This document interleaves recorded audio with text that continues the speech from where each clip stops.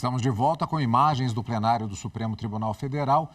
Os ministros dirigindo seus respectivos lugares. A perspectiva é a continuação e término do voto do ministro Alexandre de Moraes no recurso extraordinário 635659 sobre descriminalização do porte de drogas. O julgamento foi retomado na sessão de hoje, a partir do voto do ministro, que deve concluí-lo agora, tendo-se em seguida, portanto, tendo-se o prosseguimento do julgamento no plenário do Supremo Tribunal Federal, acompanhando, como sempre, ao vivo, aqui pela TV Justiça, direto do plenário. Obrigada, podemos nos sentar. Renovando minha saudação a todos, declaro reaberta a sessão e dando continuidade ao julgamento do recurso extraordinário 635.659, sob a relatoria do ministro Gilmar Mendes, eu devolvo a palavra ao eminente ministro Alexandre de Moraes para a continuidade do voto. Obrigado, presidente. Presidente, então, para concluir aqui o voto, a partir dessa constatação, principalmente, é que chegamos até o término da primeira etapa, a questão da diferença das medianas, principalmente em razão da cor da pele, em razão da idade, em razão do nível de instrução.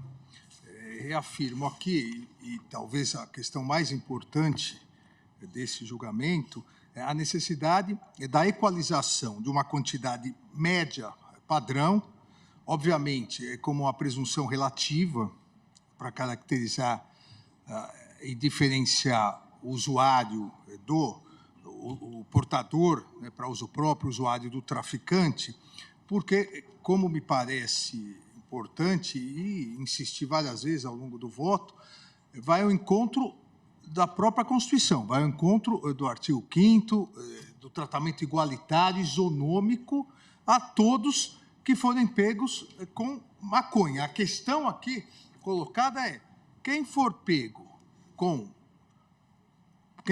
pego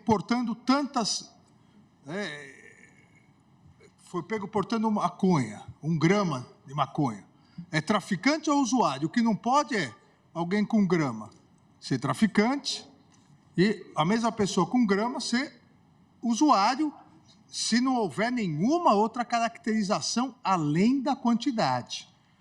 Essa necessidade ausente no parágrafo 2º do artigo 28, que, como eu disse, escolhe como um dos requisitos para a diferenciação entre o usuário e o traficante a quantidade, mas essa ausência de fixação acabou levando a esse excesso de discricionariedade por parte de todos os agentes públicos, desde da autoridade policial e seus agentes ao elaborar ou não o flagrante, passando pelo Ministério Público na denúncia e o próprio Poder Judiciário ao sentenciar. E essa fixação, uma mediana, uma fixação na quantidade, deve levar em conta aquilo que me referi anteriormente, um ponto de equilíbrio entre a inversão do ônus da prova, o usuário não precisar comprovar que não é traficante, e isso se dá quando a quantidade é pequena, muito pequena, mas um ponto de equilíbrio entre essa inversão do ônus da prova e evitar a impunidade. O traficante acaba se adequando à quantidade e, para não ser preso em flagrante, acaba adequando. E se a quantidade é muito grande, isso acaba levando à impunidade. Obviamente, esse ponto de equilíbrio deve partir da premissa, essa é a premissa principal, que é uma presunção relativa. Há outros elementos que facilmente, em alguns casos, outros nem tanto, mas que podem diferenciar o usuário do traficante. O estudo a que me referi, da Associação Brasileira de Jurimetria, num dos itens, o 3.3.1, aponta para essa decisão entre esse equilíbrio, muito ou pouco, inversão do ônus da prova, evitar a impunidade, aponta os critérios de isonomia e razoabilidade. Exatamente o que disse anteriormente, são várias curvas, é um programa de computador que vai estabelecendo a partir, muito interessante, a partir de todos esses mais de 1.200.000 ocorrências, se passar para 40 gramas, se passar para 12 gramas, se passar para 1 grama, quem foi como traficante, quantos viram usuário e quantos virariam traficante. Vai jogando com as estatísticas e faz uma indagação ao final desse estudo. Quantos reexames de tráfico, de crimes de tráfico, equivalem a uma inversão de ônus contra um usuário? Essa é a grande questão para fixar a quantidade. Quantos, e repito a questão que se coloca, quantos reexames de crime de tráfico equivalem a uma inversão de ônus contra um usuário? Na verdade, aqui nós podemos traduzir quantas absolvições de eventuais traficantes na dúvida valem a condenação de um usuário também na dúvida. É essa a questão que se coloca. Dentro de critérios de isonomia e razoabilidade, se pretende proteger o usuário, porque foi a própria Constituição, a própria legislação que assim estabeleceu, e eu insisto novamente nisso, é muito importante.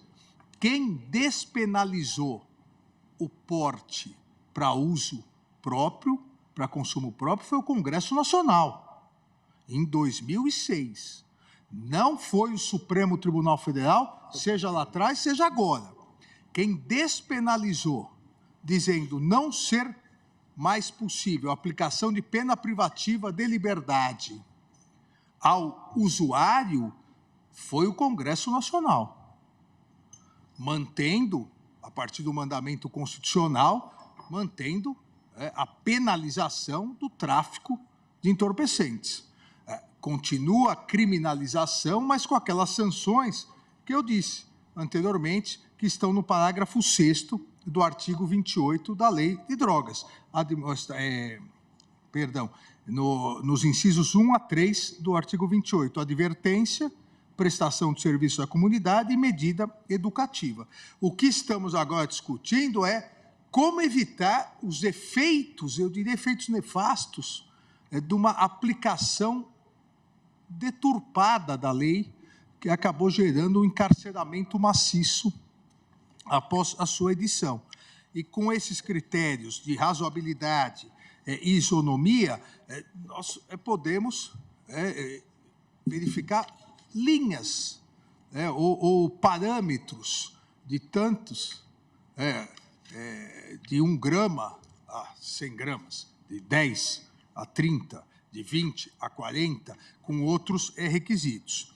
Com base nos dados analisados, dentro desse longo estudo, desse importante estudo, as quantidades e das quantidades limítrofes, há a possibilidade de uma fixação desde a média de 25,99 gramas, que equivale assim, mais ou menos ao que o próprio ministro Luiz Roberto colocou com base em Portugal, chegando também, em alguns casos na capitais, até 62 gramas. Então, existem essas duas, como eu disse, vai variando.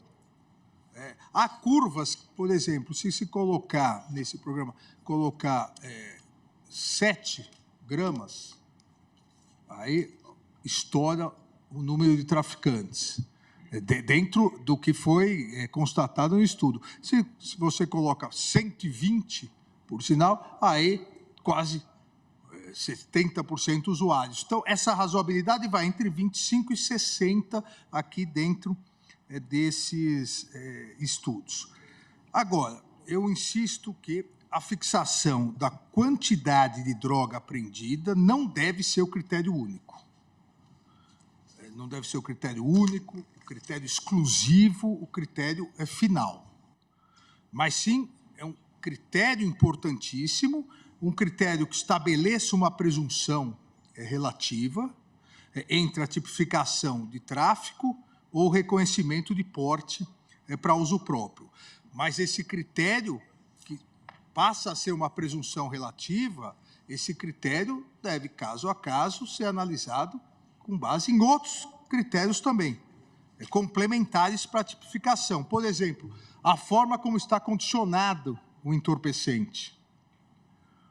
Então, alguém acondicionado entorpecente claramente para venda.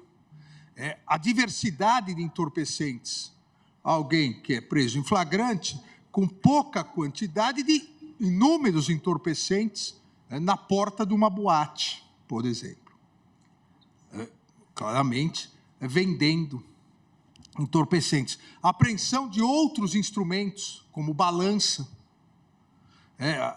como cadernos de anotação, que é hoje um pouco fora de moda, o celular, notas no celular, eu até me refiro à compra e venda delivery, né, que lamentavelmente hoje prolifera com aplicativos de compra e venda de entorpecentes, os locais, as circunstâncias da apreensão, a polícia apreendeu aquela pessoa entregando para outra e uma pagando. Então, aquele que estava entregando pagando é o traficante, mas está naquele momento com pouca quantidade.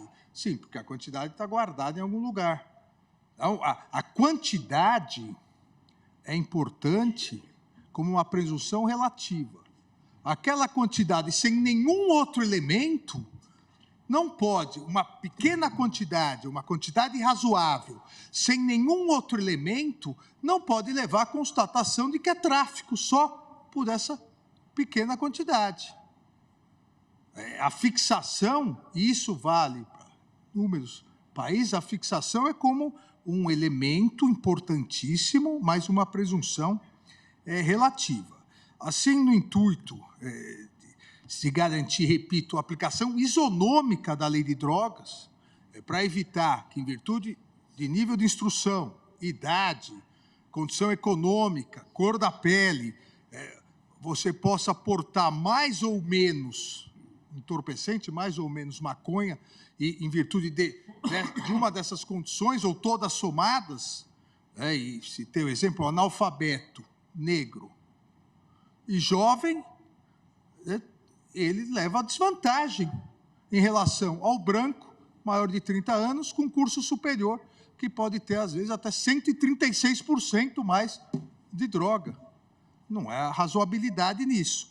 Então, no intuito de se garantir a aplicação isonômica da lei de drogas, em absoluto respeito ao princípio da igualdade, de maneira a diminuir essa excessiva discricionariedade das autoridades públicas, de todas elas que fazem parte da persecução penal, repito, desde a polícia até o judiciário, passando pelo Ministério Público, para evitar essas discrepâncias, eu entendo necessário a fixação de uma presunção relativa, de uma mediana de uma quantidade de maconha que induza a autoridade a entender que aquilo é ou tráfico ou uso, ou para uso, ou usuário.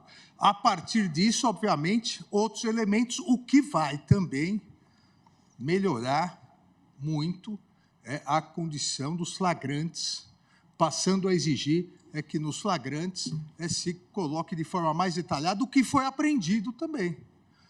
A narrativa melhor, isso vai auxiliar o trabalho do Ministério Público, auxiliar o trabalho do Poder Judiciário, e números, e esse estudo mostra que, em grande parte, a maioria dos flagrantes, o único elemento descritivo é a quantidade e o testemunho da autoridade policial. Então, é importante que isso seja mais trabalhado, que se analise outros fatos com apreensão de instrumentos, como eu disse, cadernos de anotação, balança, celulares, que se descreva melhor as circunstâncias de apreensão, que se coloque testemunhas os locais de apreensão.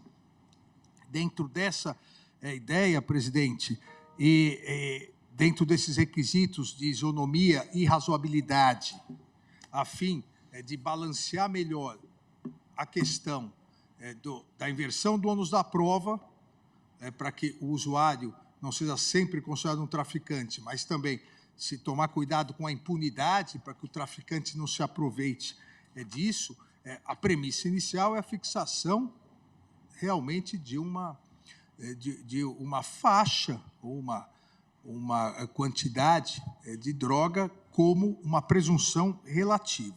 Dessa forma, presidente, eu indicaria, para que pudéssemos refletir e discutir, a fixação da seguinte tese. 1. Não tipifica o crime previsto no artigo 28 da Lei 11.343, de 2006, a conduta de adquirir, guardar, ter em depósito, transportar ou trazer consigo para consumo pessoal a substância entorpecente maconha. Ficamos só na maconha. Mesmo sem autorização ou em desacordo com determinação legal ou regulamentar. 2. Nos termos do parágrafo 2º do artigo 28 da Lei 11.343, de 2006, será presumido usuário aquele que adquirir, guardar, tiver em depósito, transportar ou trazer consigo de 25 a 60 gramas de maconha ou 6 plantas fêmeas. 3. E, obviamente, aqui nós podemos... de 25 a 60 é o que o estudo traz, mais isonomia ou mais razoabilidade. Então, dentro disso, é possível uma análise melhor. 3. A presunção do item anterior, que é exatamente, será presumido usuário aquele que tiver essa quantidade, a presunção do item anterior é relativa, não estando a autoridade policial e seus agentes impedidos de realizar a prisão em flagrante por tráfico de drogas, mesmo quando a quantidade de maconha for inferior à prevista no item 2, desde que, de maneira fundamentada, comprove a presença de outros critérios caracterizadores do tráfico de entorpecentes. Então, naquele momento do flagrante, a autoridade competente estava com 6 gramas, mas estava entrando no presídio para vender dentro do presídio, ou estava com 10 gramas, foi pego vendendo. Tem que descrever fundamentadamente os outros requisitos, porque claramente aí é o tráfico.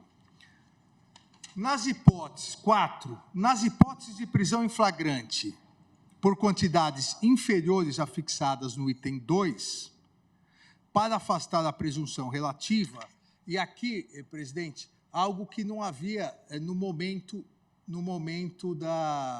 do voto dos eminentes ministros, não havia ainda audiência de custódia.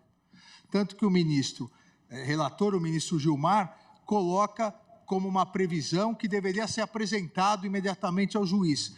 Aproveitando já a instalação da audiência de custódia, essa realidade que o Supremo Tribunal Federal instalou, inclusive, à época na presidência do ministro Ricardo Lewandowski, na presidência do Supremo Tribunal Federal e do Conselho Nacional de Justiça, esse item 4 coloca, nas hipóteses de prisão em flagrante por quantidades inferiores à fixada no item 2, para afastar a presunção relativa, na audiência de custódia, a autoridade judicial, de maneira fundamentada, deverá justificar a conversão da prisão em flagrante em prisão preventiva e a manutenção da persecução penal, apontando obrigatoriamente outros critérios caracterizadores do tráfico de entorpecentes, tais como a forma de acondicionamento, a diversidade de entorpecentes, a apreensão de outros instrumentos, como balança, cadernos de anotação, celulares como contatos de compra e venda, locais e circunstâncias de apreensão, entre outras características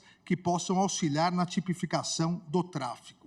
Ou seja, fora daquela presunção, quantidades inferiores, além da autoridade policial no flagrante ter que estabelecer, o juiz na audiência de custódia, para manter a prisão, convertendo em preventiva e manter a possibilidade do inquérito, a persecução penal, ele deve justificar. Se chegou a autoridade policial flagrante, sem nenhuma justificativa, só com a quantidade, o juiz aí estará obrigado, na audiência de custódia, estará obrigado a trancar imediatamente essa possibilidade de persecução penal. Ou seja, nós podemos dividir essa responsabilidade que é importante, a polícia no primeiro momento, mas na audiência de custódia, o juiz também deve analisar se outros requisitos realmente afastam aquela presunção relativa. Eu incluo um item 5, nas hipóteses de prisão em flagrante por quantidades superiores a 25, nas hipóteses de prisão em flagrante por quantidades superiores a fixadas no item 2, na audiência de custódia, a autoridade judicial deverá permitir ao suspeito a comprovação de tratar-se de usuário. Aqui, presidente, me parece importante, porque sabemos que a audiência de custódia, ela, para todos os crimes, ela existe para verificação da regularidade do flagrante e para verificação se não houve o abuso de autoridade, se não houve agressões. Ela não entra ainda no mérito. Nesse caso, como há uma presunção, da mesma forma que no caso de uma quantidade menor do que a prevista, o juiz deve fundamentar para manter a prisão, numa quantidade maior do que a prevista e, consequentemente, o tráfico deve dar possibilidade, mesmo que seja uma cognição inicial, mas uma possibilidade do suspeito comprovar ou apontar elementos de prova que demonstrem que dele se trata de usuário. Nesse caso, a audiência de custódia teria um plus, no caso do tráfico. Me parece que assim nós conseguimos equilibrar tanto a inversão do ônus da prova, quanto impedir o aumento da criminalidade e da impunidade. Então, essa tese que proponho para reflexão e discussão de todos. No caso concreto, presidente, para encerrar, o caso concreto, o recurso extraordinário foi interposto contra acórdão do Colégio Recursal do Juizado Especial Criminal da Comarca de Diadema, negou o provimento, manteve a decisão de primeiro grau. A situação fática é que Francisco Benedito de Souza cumpriu a pena em regime fechado e, após fiscalização da administração penitenciária, que identificou a posse de droga, admitiu ser dono de 3 gramas de maconha encontrado por agentes penitenciários. E aqui narra que durante praxe da blitz realizada na unidade prisional, foi encontrado um invólucro de substância entorpecente, cor esverdeada, e constatou-se tratar de 3 gramas de maconha. E ele foi condenado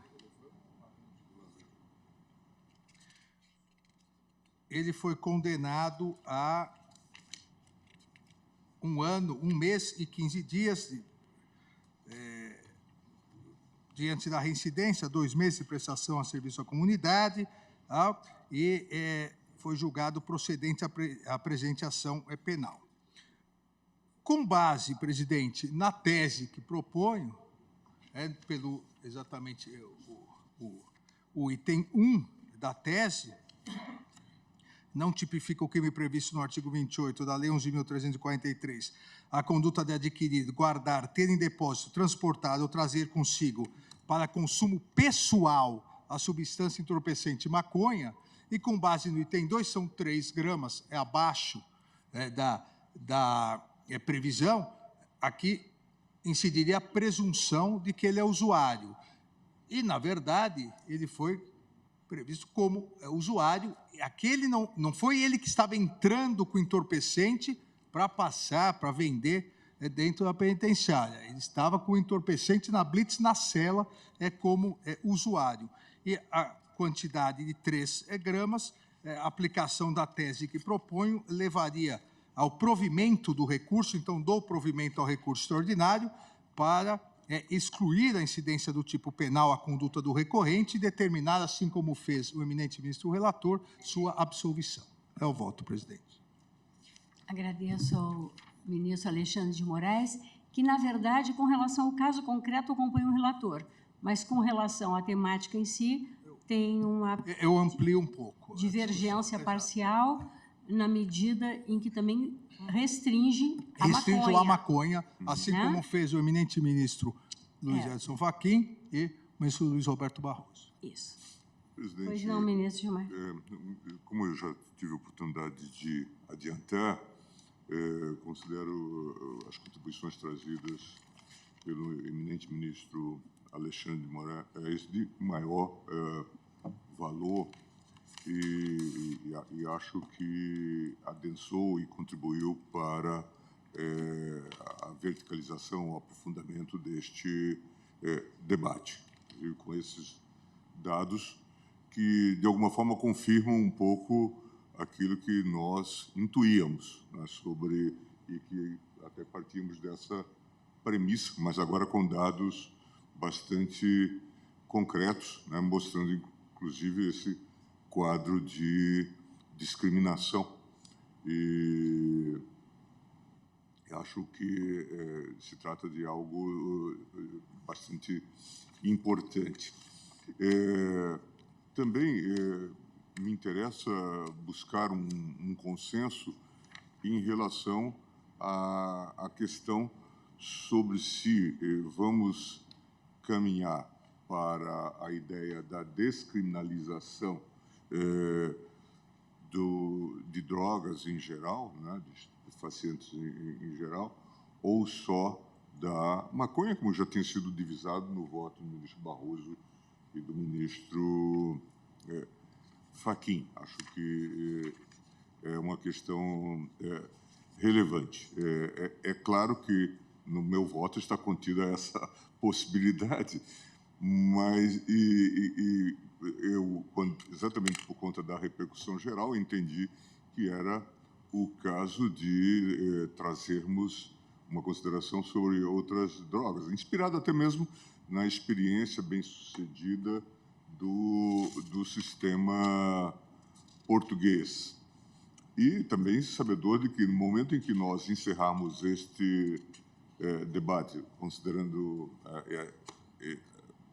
a evolução dos votos até aqui proferidos, se decidirmos que se trata de circunscrever a maconha, certamente virá imediatamente, não é, uma repergunta a propósito de outras drogas, né? E nós vimos, inclusive, no levantamento trazido pelo ministro Alexandre, que, embora a maconha seja líder, né, no que diz respeito ao uso, mas a cocaína vem logo em seguida, e hoje tem todos esses desdobramentos, né, que são, inclusive, de índole extremamente trágica, a questão do crack, que causa tantos maiores danos físicos e mentais. De modo que se os colegas tolerassem e permitissem, Vossa Excelência, também, presidente, eu indicaria adiamento um pouco para perfilhar,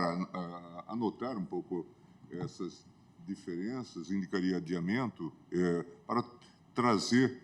Eu sei que Vossa Excelência tem preocupação, inclusive, de votar neste caso, de modo que tentar fazer um alinhamento. Eu prometo que, talvez na próxima semana ou na outra, eu já possa trazer o voto, uma tentativa de fazer um percurium espírita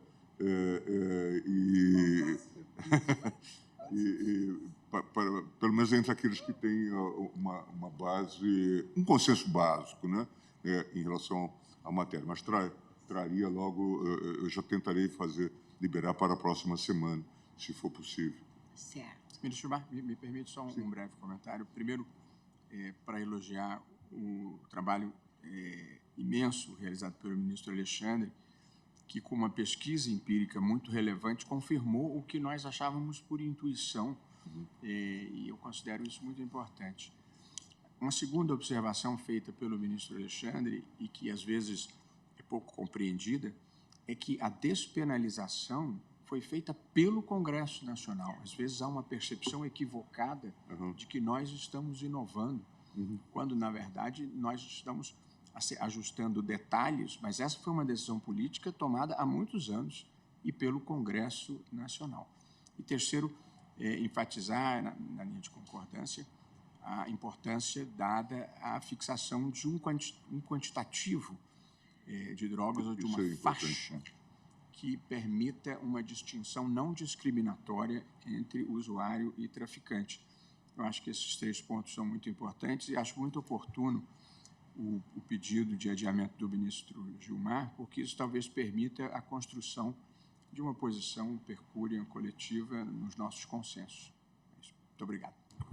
Obrigada. Presidente, Vossa Excelência, me permite? Pois não, ministro Luiz Edson Fachin. Muito obrigado, presidente.